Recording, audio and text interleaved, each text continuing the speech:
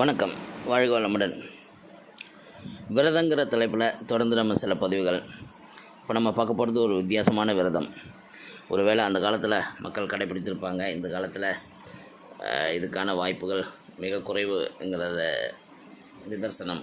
ஆனாலும் சில நல்லவர்கள் இன்றும் நம்ம கூட வாழ்ந்துட்டுருக்கிறதுனால அவங்களுக்கு உதவக்கூடும்ங்கிற வகையில் இந்த பதிவு.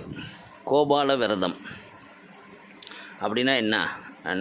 இதை பிரித்து பார்த்தாலே தெரியும். கோபால விரதம் கோனா பசு. இது பொதுவாக யாதவர்கள் அனுசரிக்கும் விரதம் கோபால விரதம்.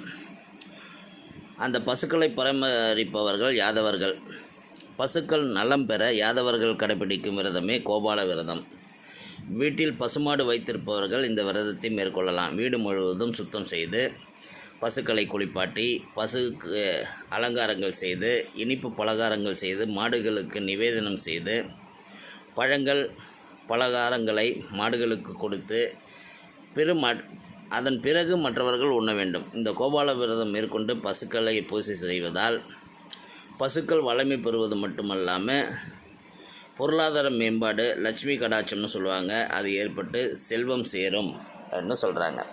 அதனால் இந்த மாதிரி நல்ல விஷயத்தை தெரிந்து கொள்வோம். முயற்சித்தும் பாருங்கள். வாழ்க வளமுடன்.